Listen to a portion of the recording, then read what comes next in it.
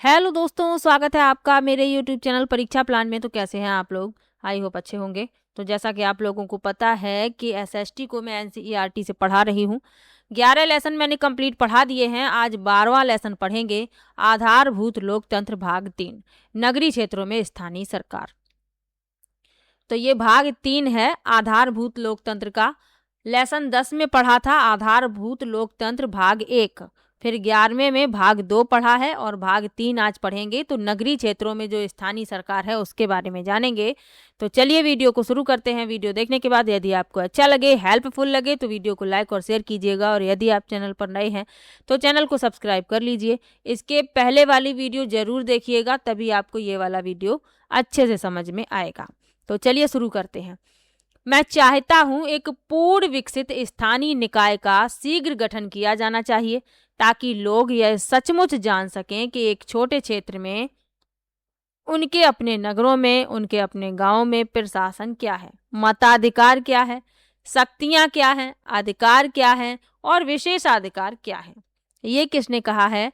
रुस्तम के सिधवा, सदस्य संविधान सभा, और संविधान सभा में चर्चा के दौरान 13 अक्टूबर 1949 में। आगे आप ये एक चित्र देख सकते हैं। बृहन मुंबई म्यूनिसिपल कॉरपोरेशन, मूल रूप से बॉम्बे म्यूनिसिपल कॉरपोरेशन 1865 में गठित किया गया। तो ये आप एक चित्र देख सकते हैं। आगे लिखा हुआ है महत्वपूर्ण प्रश्न जो प्रत्येक लेसन में दिए जाते हैं, तो इसमें भी दिए गए हैं। नगरीय स्थानीय निकाय क्या है और इनके क्या कार्य क्या हैं? ये सरकार और लोकतंत्र में क्यों महत्वपूर्ण है? तो इन्हीं के बारे में नीचे आपको पढ़ने के लिए मिलेगा। सबसे पहले लिखा है परिचय। तो पिछले अध्यायों में हमने पढ़ा कि कैसे किसी लोकतंत्र में सुशासन का उद्देश्य नागरिकों को सशक्त बनाना है, ताकि वे देश के कार्यों में सक्रिय रूप से भाग ले सकें, चाहे यह ग्रामीण, क्षेत्रीय, नगरीय, राज्य या राष्ट्रीय स्तर पर हो। यह सहभागी लोकतंत्र की वृहत धारणा है। हमने एक ग्रामीण संदर्भ में इस व्यवस्था की मूल बातों को जाना। आइए अब देखें कि यह नगरीय परिदृश्य में कैसे कार्य करती है। चूंकि ग्रामीण परिवेश की तुलना में नगरीय परिदृश्य सामान्यतः अधिक जटिल और विविध होता है। तो जो ग्रामीण परिदृश्य है उससे यदि तुलना की जाए तो जो नगरीय परिदृश्य है वह अधिक जटिल है, लेकिन हम यहाँ उसके मूल सिद्धांतों तक सीमित रहेंगे। चलिए, इससे पहले कि हम शहरी क्षेत्रों में शासन और प्रशासन को समझें, स्थानीय से राष्ट्रीय स्तर तक भारतीय शासन प्रणाली पर एक व्यापक दृष्टि डालना आवश्यक है। जैसा कि पृष्ठ 175 के चित्र 12.2 में पिरामिड के रूप में दर्शाया गया। तो इसमें आप देखेंगे फिर से पिरामिड के रूप में दर्शाया गया है। इस चित्र की बात हो रही है, थोड़ा छोटा किया है तो आपको पूरा दिखाई देगा। आगे लिखा हुआ है, इस चित्र को भी समझाऊंगी, पहले जो लिखा है। इस पिरामिड का आधार स्थानीय स्तर है जो जनता के निकट है, जबकि शीर्ष पर संघीय सरकार है। इस पिरामिड में बाईं ओर वर्णित ग्रामीण स्थानीय शासन के बारे में हम अध्याय 11 में पढ़ चुके हैं। अब इस अध्याय में हम पिरामिड के दाईं ओर दर्शाए गए नगरीय स्थानीय शासन पर चर्चा करेंगे। तो यहाँ पर आप देखेंगे ग्राम सभा, इस जो बाईं तरफ दर्शाया गया है, यहाँ पर क्या लिखा हुआ है कि जो बाईं ओर दर्शाया गया है इसके बारे में हम पढ़ चुके हैं। ये आज इसके बारे में पढ़ेंगे। नगरीय स्थानीय निकाय, नगर निगम या नगर परिषद, वार्ड समिति, वार्ड के लोग, इन सब के बारे में पढ़ेंगे। आगे लिखा है नगरीय स्थानीय निकाय, थोड़ा सा बड़ा कर लेते हैं। नगरीय क्षेत्रों में स्थानीय सरकार की संरचनाओं को नगरीय स्थानीय निकाय कहा जाता है। इसका अर्थ यह है कि शीर्ष प्राधिकरण के अंतर्गत कार्य ये शीर्ष प्राधिकरण के अंतर्गत कार्य नहीं करते हैं। इन स्थायी समुदायों को अपने क्षेत्रों के प्रबंधन या अपने सामने उपस्थित मुद्दों या समस्याओं का हल ढूंढने की स्वायत्तता रहती है। यह एक क्षेत्र में रह रहे नागरिकों के साथ आने और उनके लिए सर्वोत्तम क्या है, इस पर निर्णय लेने का एक तंत्र है। नगरों एवं कस्बों को छोटी छोटी इकाइयों में विभाजित किया जाता है, जिन्हें वार्ड कहते हैं। तो आप भी किसी वार्ड में रहते होंगे यदि आप शहरी क्षेत्र में रहते हैं। तो नगरों और कस्बों को छोटी छोटी इकाइयों में विभाजित किया जाता है। इन्हें वार्ड कहा जाता है। वार्ड समितियां स्वास्थ्य शिविरों के आयोजन, एकल उपयोग वाले प्लास्टिक के विरुद्ध अभियान जैसी गतिविधियों में सहायता करती हैं। ये हर उस विषय पर दृष्टि रखती हैं जिनसे समस्या आ सकती है, जैसे जल रिसाव, नाली का जाम होना, किसी सड़क का टूट जाना, और इन जैसी सभी समस्याओं के बारे में वे अपने अधिकारियों को अवगत कराती हैं। हालांकि वार्डों की निश्चित कार्यप्रणाली अलग अलग राज्यों में भिन्न होती है, जो उनके द्वारा बनाए गए नियमों पर निर्भर करती है। यहाँ पर आप एक चित्र भी देख सकते हैं, जैसे कि यहाँ पर आप देखेंगे शिविर लगा हुआ है, जांच हो रही है रोगियों की। यहाँ पर आप देखेंगे कचरे का ढेर है, यानी कचरे का प्रबंधन करने की व्यवस्था करनी चाहिए। तो वार्ड के लोग इन सब बातों का ध्यान रखते हैं। ये सड़क जो है, जल भराव है। यहाँ पर आप देखेंगे ये एक पार्क जैसा दिख रहा है।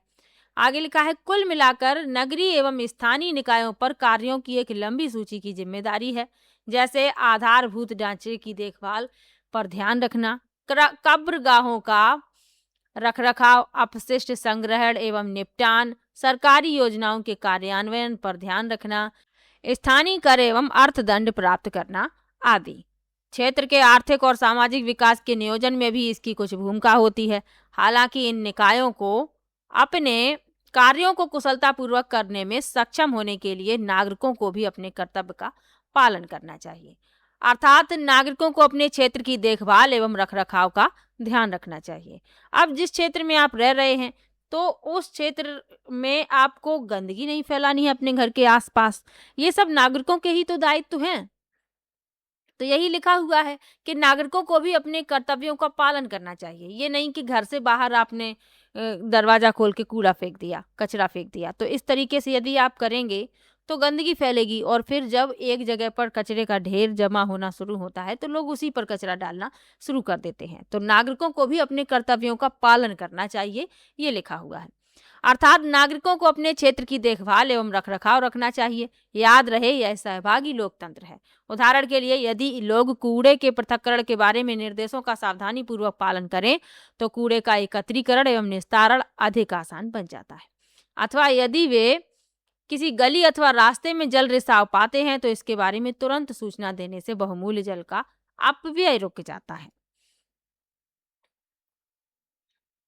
यहाँ पर आप ये एक चित्र देखेंगे, ये मद्रास कॉरपोरेशन का चित्र है। तस्वीर आप जो देख रही हैं, ये मद्रास कॉरपोरेशन का है। इसके बारे में थोड़ा लिखा हुआ है यहाँ पर। 29 सितंबर 1688 में स्थापित मद्रास कॉरपोरेशन अब ग्रेटर चेन्नई कॉरपोरेशन है। तो भारत में सबसे प्राचीन नगर निगम संस्था है। तो ये सबसे प्राचीन है। इसकी स्थापना कब हुई? 19 सितंबर 1688 में। ईस्ट इंडिया कंपनी ने इसके एक वर्ष पहले एक चार्टर जारी कर फोर्ट सेंट जॉर्ज नगर तथा उससे 16 किलोमीटर के भीतर के सभी क्षेत्रों को एक कॉरपोरेशन में गठित किया था। 1792 के एक संसदीय अधिनियम ने मद्रास कॉरपोरेशन को नगर में स्थानीय कर लगाने की शक्ति प्रदान की, जिससे स्थानीय नगरीय स्वशासन सुचारू रूप में आरंभ हुआ। तो देखिए ये कितना पुराना है। सबसे पहले ये स्थापित है। चलिए आगे बढ़ते हैं। यहाँ पर दर्शाई गई हैं इंदौर नगर निगम के अंतर्गत सेवाएं। संपत्ति कर, जल शुल्क। इंदौर जो है मध्य प्रदेश का एक शहर है, तो उसी के बारे में यहाँ पर दर्शाया गया है।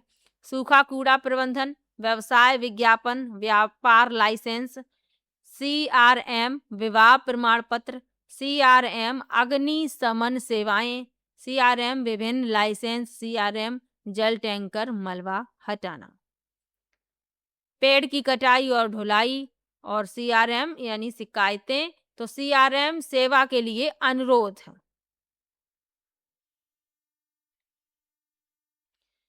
यहाँ पर CRM का फुल फॉर्म भी लिखा हुआ है, कंफ्यूज मत होइएगा जरा। तो CRM क्या है? सेवा के लिए अनुरोध, जल टैंकर, सेप्टिक टैंकर, सभागार, अंत्येष्टि क्रिया संबंधी वाहन, जल शौचालय और एम्बुलेंस। CRM का फुल फॉर्म क्या है? सिटीजन रिलेशनशिप मैनेजमेंट या नागरिक संबंध प्रबंध। इंदौर नगर निगम द्वारा दी जाने वाली सेवाओं की सूची यहाँ संक्षेप में दी गई है। तो इंदौर नगर निगम ये सुविधाएं प्रदान करता है, तो इनकी सूची संक्षेप में दी गई है। और CRM का फुल फॉर्म याद रखिए, सिटीजन्स रिलेशनशिप मैनेजमेंट। चलिए आगे बढ़ते हैं। आगे लिखा है, जैसा कि हम पाते हैं कि चेन्नई और इंदौर में नगर निगम नगरीय निकायों के शीर्ष पर है। 10 लाख से अधिक की जनसंख्या वाले नगरों में ही सर्वोच्च निकाय के रूप में नगर निगम होते हैं। तो ये भी आपको याद रखना है, 10 लाख से अधिक जिसकी संख्या होती है, जनसंख्या, तो वहां पर नगर निगम होते हैं, जिन्हें महानगर निगम भी कहा जाता है। 1 से 10 लाख के बीच जनसंख्या वाले नगरों में सर्वोच्च निकाय नगर पालिका होती है, जिन्हें म्यूनिसिपल काउंसिल भी कहा जाता है। 1 लाख से कम जनसंख्या वाले नगरों और कस्बों में नगर पंचायत होती है। तो 1 लाख से कम जहां पर जनसंख्या है वहां पर होती है नगर पंचायत। तो आपके आसपास भी नगर पंचायत होगी, और आप जिस क्षेत्र में हैं वहां पर क्या है, नगर निगम है, नगर पालिका है, नगर पंचायत है, जरूर बताइएगा। अब एक कहानी लिखी हुई है छोटी सी। लिखा है, समीर कह रहा है, नमस्कार, मैंने आपको इससे पहले यहाँ नहीं देखा, क्या आप इस गांव में नई हैं? अनीता कहती है, नमस्कार, हाँ, मैं अपने दादा दादी से मिलने आई हूँ जो यहाँ पर रहते हैं। मैं नगर से हूँ, वह यहाँ से बहुत भिन्न है। समीर कहता है, अच्छा, सचमुच? नगर कैसा होता है? अनीता कहती है, जी, नगर व्यस्त और भीड़भाड़ वाला होता है, जहाँ हर जगह ऊंचे भवन मिलते हैं। बहुत सारे लोग हर समय इधर उधर आते जाते रहते हैं। जो समीर है वो गांव में रहता है, और जो अनीता है वो शहर से आई है, तो वो शहर के बारे में बता रही है। वह यहाँ के शांत वातावरण की तुलना में कोलाहल से भरे होते हैं। इसके साथ ही वहाँ लोग अधिक आत्मनिर्भर होते हैं। वे प्रायः अपने पड़ोसियों के बारे में भी नहीं जानते। समीर कहता है, अच्छा, यहाँ तो प्रत्येक व्यक्ति एक दूसरे को जानता है। अब शहर में क्या होता है, लोग अपने पड़ोसियों को भी नहीं जानते, इतना व्यस्त रहते हैं, उनको समय ही नहीं मिलता है कि अपने पड़ोसियों के साथ 2 मिनट बैठ सकें, क्योंकि वो ऑफिस जाते हैं, ऑफिस से घर आते हैं, रात में आ पाते हैं, तब तक उनके पड़ोसी भी इसी तरीके से व्यस्त होते हैं। यानी कि जिस तरीके से आप वहाँ पर रह रहे हैं, जिस तरीके से आप व्यस्त हैं, तो आपका पड़ोसी भी इसी तरीके से व्यस्त है। तो लोगों को एक दूसरे के साथ बैठने का समय नहीं मिल पाता, तो लोग जान भी नहीं पाते हैं कि उनके पड़ोस में कौन सा व्यक्ति रहता है। लेकिन गांव में सभी एक दूसरे को जानते हैं, सभी मिलजुल कर रहते हैं और सहायता भी करते हैं। तो समीर वही बता रहा है कि यहाँ तो प्रत्येक व्यक्ति एक दूसरे को जानता है, सहायता के लिए तत्पर रहता है। हम मिलजुल कर खेतों में काम करते हैं, साथ में त्योहार मनाते हैं और सामूहिक निर्णय भी लेते हैं। अनीता कहती है, वैसे नगर में भी कुछ सामुदायिक भावना है। हाल ही में भारी वर्षा के कारण 2 गली के बाद एक मकान ढह गया। इसके बाद आसपास से दर्जनों लोग मलबे को हटाने में सहायता के लिए एकजुट हो गए और सुनिश्चित किया कि कोई मलबे के अंदर फंसा न रह जाए। समीर कहता है, क्या ऐसे मामलों में स्थानीय सरकार सहायता नहीं करती? तो अनीता कहती है, हाँ, करती है। वास्तव में हमारे यहाँ स्थानीय निकाय और निर्वाचित प्रतिनिधि हैं जो हमारा और हमारे हितों का प्रतिनिधित्व करते हैं। समीर कहता है, अच्छा, यह तो ग्राम पंचायत जैसी प्रतीत होती है, बस केवल उससे बड़ी है। हमारे यहाँ भी सदस्य निर्वाचित होते हैं, लेकिन चूंकि वे एक दूसरे को जानते भी हैं, इसलिए अधिक लोग उसमें भाग लेते हैं और गांव से संबंधित हर प्रकार के विषयों पर चर्चा करते हैं। कभी कभार हम बच्चों की बात भी सुनी जाती है। अनीता कहती है, सच में आप कुछ बड़ा चढ़ाकर तो नहीं बोल रहे? तो समीर कहता है, बिल्कुल नहीं। एक दिन की बात है, कुछ बच्चों ने पाया कि बिजली का एक तार खतरनाक तरीके से नीचे लटका हुआ है, जो एक भवन को लगभग छू रहा है। यहाँ आप चित्र में भी देख सकते हैं, ये एक भवन को छू रहा है बिजली का एक तार। आगे लिखा है, केवल हमने न केवल इसकी रिपोर्ट की, बल्कि अपनी ग्राम सभा के एक सदस्य को सुझाया कि बिजली का खंभा कुछ दूरी पर स्थानांतरित किया जाए, और ऐसा ही किया गया। अनीता कहती है, बहुत अच्छा। मुझे लगता है कि लोकतंत्र को इसी तरह कार्य करना चाहिए। यह शहर में अधिक जटिल प्रतीत होता है, लेकिन मूल विचार वही है कि प्रत्येक व्यक्ति का मत महत्व है। समीर कहता है, हाँ, रखता है। अच्छा, क्षमा कीजिए, मुझे अभी कहीं जाना है। मेरी माता जी को खरीदारी के लिए मेरी सहायता की आवश्यकता है। नगर के बारे में बताने के लिए आपका धन्यवाद। अनीता कहती है, और मुझे अपने गांव के बारे में बताने के लिए आपका भी धन्यवाद। मैं निश्चित रूप से यहाँ आसपास देखूंगी। समीर कहता है, अच्छा, हो सकता है कि हम कभी फिर मिलें। नमस्कार। तो लेसन होता है यहीं पर समाप्त। समीर और अनीता आपस में बातें कर रही हैं कि हम लोग जहाँ रहते हैं वहाँ का जो शासन व्यवस्था है वो तो एक जैसी है, बस गांव की छोटी है और शहर की बड़ी है। आगे लिखा है, आगे बढ़ने से पहले तो यहाँ सार लिखा रहता है। नगरीय क्षेत्रों में विभिन्न नगरीय स्थानीय निकायों के माध्यम से विकेंद्रित शासन चलता है जो नागरिकों के जीवन को प्रभावित करने वाले विभिन्न कार्य संपन्न करता है। जैसे कि ग्रामीण संदर्भ में होता है, नगरीय स्थानीय निकायों में भी स्थानीय नागरिकों का प्रतिनिधित्व करने वाले सदस्य निर्वाचित होते हैं। यह सुनिश्चित करना नागरिकों का कर्तव्य है कि स्थानीय निकाय कुशल तरीके से अपना कार्य करने में सक्षम हो। तो लेसन होता है यहीं पर समाप्त। वीडियो कैसा लगा कमेंट बॉक्स में जरूर बताइएगा। स्थानीय सरकार के बारे में बताया गया था तो आप लोगों को अच्छे से समझ में आ गया होगा। तो वीडियो कैसा लगा कमेंट में जरूर बताइए। वीडियो को लाइक कीजिए, चैनल को सब्सक्राइब कर लीजिए। मिलते हैं नेक्स्ट वीडियो में, तब तक के लिए बाय बाय।